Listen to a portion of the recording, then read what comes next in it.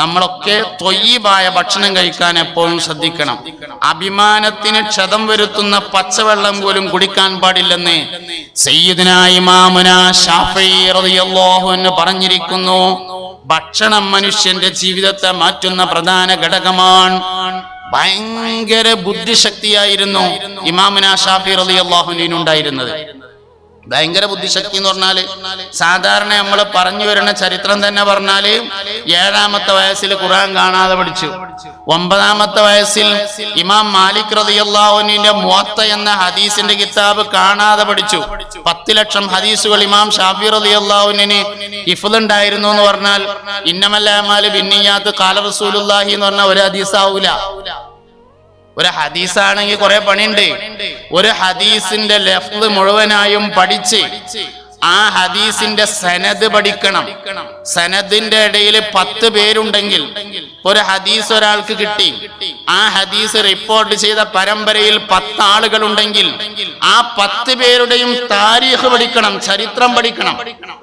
ഒരാളുടെ താരീഖ് പഠിക്കുക എന്ന് പറഞ്ഞാൽ 8 കാര്യങ്ങൾ പഠിച്ചാലേ ഒരാളുടെ ചരിത്രം പഠിച്ചു എന്ന് പറയാൻ പറ്റുള്ളൂ.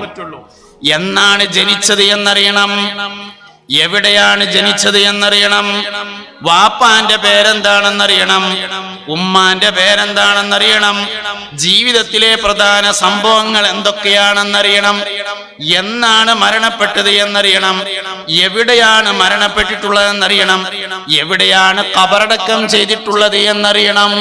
ഒരു മനുഷ്യന്റെ ചരിത്രം പറയാന്ന് പറഞ്ഞാൽ ഏറ്റവും ചുരുങ്ങിയത് 8 കാര്യങ്ങൾ അറിഞ്ഞിരിക്കണം. അങ്ങനെ ഈ ഹദീസ് റിപ്പോർട്ട് ചെയ്ത പരമ്പരയിലുള്ള എല്ലാ ആളുകളുടെയും ചരിത്രം പഠിച്ചിരിക്കണം. അപ്പോഴാണ് ഒരു ഹദീസ് പഠിച്ചു എന്ന് പറയാൻ പറ്റുക. അങ്ങനെ 10 ലക്ഷം ഹദീസുകൾ അൽമാറയിൽ ഉണ്ടായിരുന്നു എന്നല്ല, 10 ലക്ഷം ഹദീസുകൾ ഖൽബിലുണ്ടായിരുന്നു ഇമാമുനാ ശാഫിഈ റളിയല്ലാഹു അൻഹുവിന്. 12ാമത്തെ വയസ്സിൽ ദർസ് നടത്താനും ഫത്വ കൊടുക്കാനും തുടങ്ങിയിട്ടുണ്ടെന്ന് ചരിത്രത്തിൽ കാണാം. ഫിഖ്ഹിൽ മാത്രമല്ല, ഹദീസിൽ മാത്രമല്ല, തഫ്സീറിൽ മാത്രമല്ല, ആളുകൾക്ക് എത്തിപ്പിടിക്കാൻ കഴിയാത്ത എല്ലാ വിജ്ഞാന മേഖലയെയും ഇമാം ഷാഫിഈ റളിയല്ലാഹു അൻഹു സ്വായത്തമാക്കിയിരുന്നു. ഷാഫി ഇമാമിനോട് ഒരിക്കൽ തന്റെ ശിഷ്യന്മാര് ചോദിച്ചു, നിങ്ങളുടെ ഈ ബുദ്ധിശക്തിയുടെ പിന്നിലെ രഹസ്യം എന്താണ്?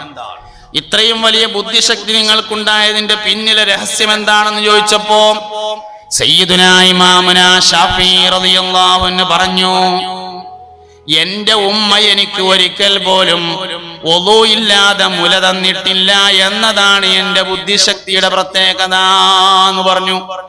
ഭക്ഷണത്തിന്റെ ശുദ്ധിയാണ് മനുഷ്യന്റെ ശുദ്ധി എന്ന് പറയുന്നത്. പള്ളി ദർസിലെ മുതഅല്ലിമിനുള്ള ഏറ്റവും വലിയ സൗഭാഗ്യം വീട്ടിൽ മനസ്സറിഞ്ഞ് തയ്യാർ ചെയ്യുന്ന തൃപ്തിപ്പെട്ട ഭക്ഷണം കഴിക്കാൻ കഴിയുന്നു എന്നതാണ്.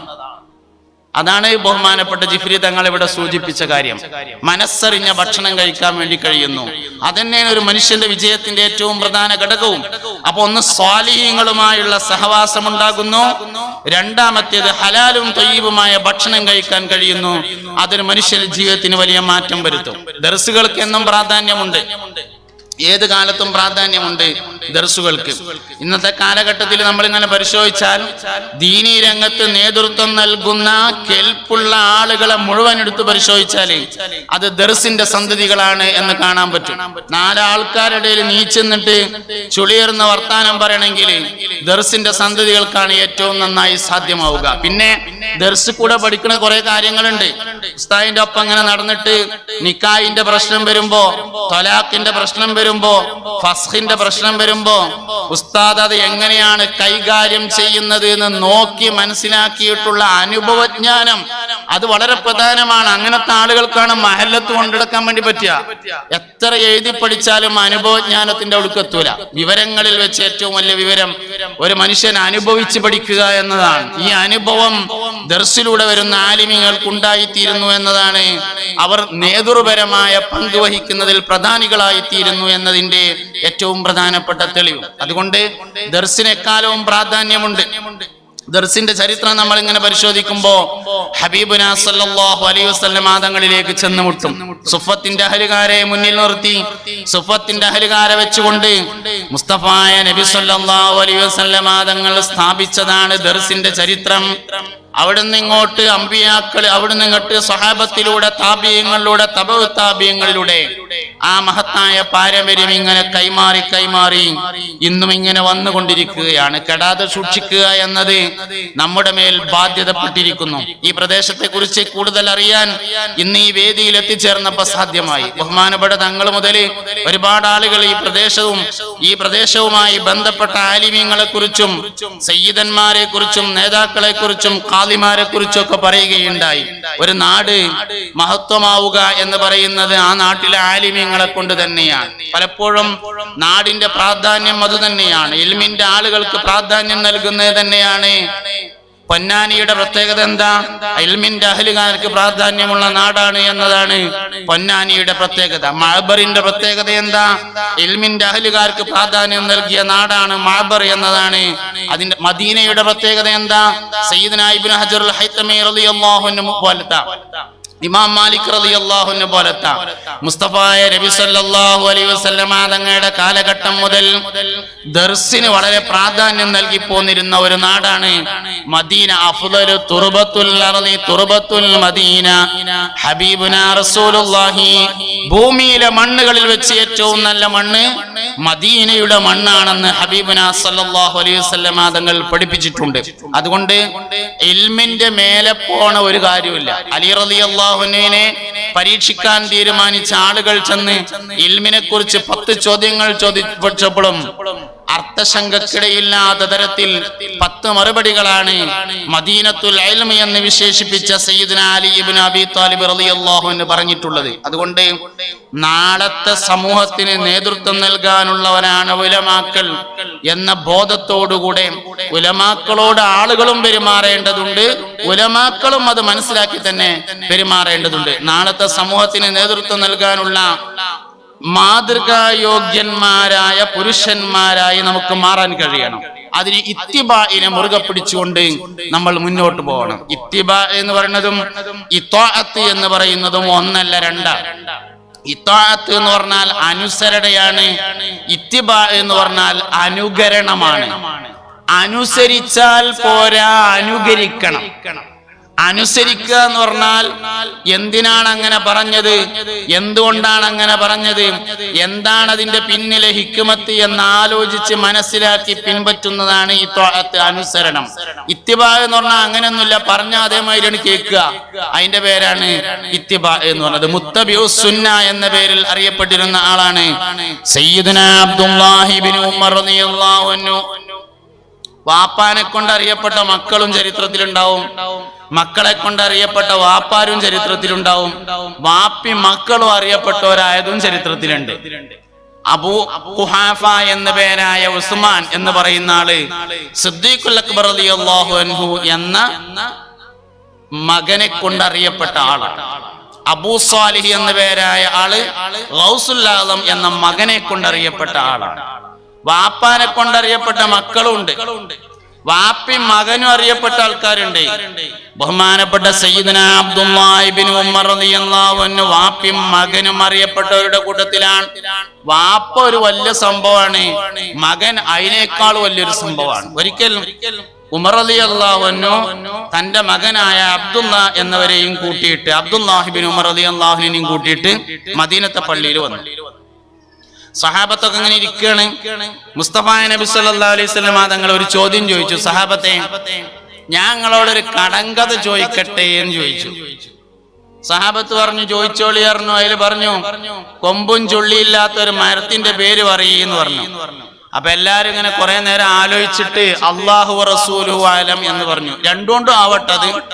ഒന്നുകിൽ അവർക്ക് പെട്ടെന്ന് അതിന്റെ മറുപടി ദിഹിനിൽ തബാദുർ ആയതുകൊണ്ടായിരിക്കാം, അല്ലെങ്കിൽ സഹാബത്തിന്റെ ഒരു രീതി എന്താ വെച്ചാൽ എന്ത് ചോദിച്ചാലും അല്ലാഹു റസൂലു അലൈഹി എന്ന് പറയുന്ന ഒരു രീതിയാണ്. അതുകൊണ്ടായിരിക്കാം, എന്തുകൊണ്ടായിരിക്കാം. എന്തായാലും ഒരു പറഞ്ഞ മറുപടി അല്ലാഹു റസൂലുഹു അലം എന്ന മറുപടിയാണ്. സദസ് പിരിഞ്ഞ് ഇങ്ങനെ പോകുമ്പോ അബ്ദുല്ലാഹി ഇബ്നു ഉമർ റളിയല്ലാഹു അൻഹു വാപ്പാട് പറഞ്ഞുപ്പാ, എനിക്കതിന്റെ മറുപടി അറിയായിരുന്നു, ഞാനത് പറയാതിരുന്നതാണ് എന്ന് പറഞ്ഞു.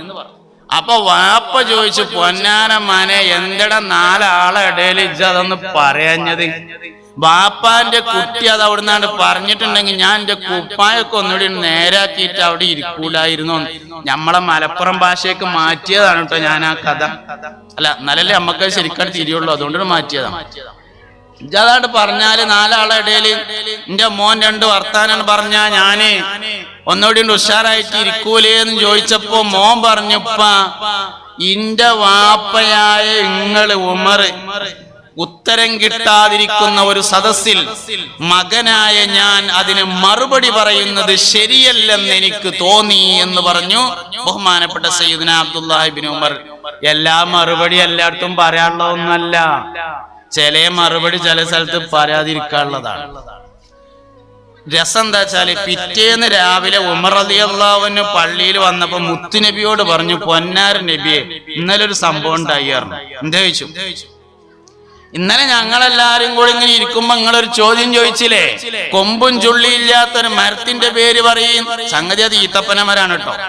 കൊമ്പും ചുള്ളിയില്ലാത്തൊരു മരത്തിന്റെ പേര് പറയുന്നു പറഞ്ഞില്ലേ, ഞങ്ങളാർക്കും കിട്ടിയില്ല. അവസാനം നിങ്ങൾ തന്നെ അത് ഈത്തപ്പനയാണെന്ന് പറഞ്ഞു.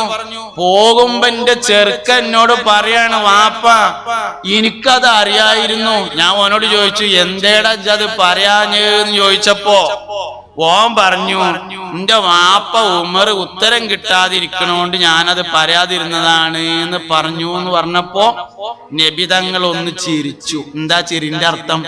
അങ്ങനെ തന്നെയാണ് ഉമ്മറെ വേണ്ടത് എന്നാണ് ആ ചിരിയുടെ അർത്ഥം. എല്ലായിടത്തും പറയാനുള്ളതല്ല. ഇത് വാസ്തവത്തിൽ ഒരു അദബ് പഠിപ്പിച്ചതാണ്. പെട്ടെന്ന് ഇങ്ങനെ നമുക്ക് തോന്നിയാല് അബ്ദുല്ലാഹി ഇബ്നു ഉമർ റളിയല്ലാഹു അൻഹുവിനെ അദബ് പഠിപ്പിച്ചതാന്നാ തോന്നുക. സംഗതി അങ്ങനല്ല. ഉമർ ഖത്താബ് റളിയല്ലാഹു അൻഹുവിനെയാണ് അദബ് പഠിപ്പിക്കുന്നത്. എല്ലായിടത്തും എല്ലാതും പറയാൻ പറ്റൂല, പറയേണ്ട സമയവും സന്ദർഭവും ഒക്കെ നോക്കിയിട്ടേ പറയാൻ പറ്റുള്ളൂ. എല്ലാ കാര്യവും അറിയാനുള്ളതല്ല, അറിയണതൊക്കെ പറയാനുള്ളതുമല്ല. എല്ലാ വിഷയവും അറിയാനുള്ളതൊന്നല്ല. ചില കാര്യങ്ങൾ അറിയാതിരിക്കാനുള്ളതായിരിക്കും. അറിയുന്ന എല്ലാ വിഷയവും പറയാനുള്ളതുമല്ല. ചില വിഷയങ്ങൾ ചില സ്ഥലത്ത് പറയാതിരിക്കാനുള്ളതാണ്. ഏതാണ് പറയാനുള്ളത് ഏതാണ് പറയാതിരിക്കാനുള്ളത് എന്നതിനെ കുറിച്ച് നല്ല ബോധം വേണം. ഒരു മനുഷ്യനെ പിശാച് സ്വാധീനിക്കുകയാണെങ്കിൽ ആദ്യം സ്വാധീനിക്കും അവന്റെ നാവുമ്മയിക്കാരെന്നാണ്. ആവശ്യമില്ലാത്തോടത്ത് ന്യായം പറയുമെന്നതാണ് ഇൽമിൽ പിശാച് സ്വാധീനിച്ചാൽ ഉണ്ടാകുക. ഒരു മനുഷ്യന്റെ വിവരത്തിൽ ശൈത്താൻ സ്വാധീനിച്ചാൽ, ലാനത്താക്കപ്പെട്ട ഇബ്ലീസിന് വലിയ വിവരം ഉണ്ടായിരുന്നു, ഭയങ്കര വിവരമായിരുന്നു ലാനത്തുല്ലാഹി അലൈഹി, ഭയങ്കര വിവരം. ഓന്റെ വിവരം കേടുന്നു. വിവരം കേടുന്നപ്പോ എന്തുണ്ടായി? ഒരു ന്യായം പറഞ്ഞു. എന്തേ പറഞ്ഞ ന്യായം? ആദമിനെ മണ്ണുകൊണ്ടും ഇന്ന തീ കൊണ്ടും പടച്ചതല്ലേ, മണ്ണിനേക്കാൾ പ്രധാനപ്പെട്ട സാധനം തീയല്ലേ? എന്ത് വർത്താനാ പടച്ചോനെ പറഞ്ഞത്? തീ കൊണ്ട് പടച്ച ഞാൻ മണ്ണുകൊണ്ട് പടച്ച ആദമിന്റെ മുമ്പിൽ സുജൂദ് ചെയ്യുകയോ? ഇതാണ് ചോദ്യം.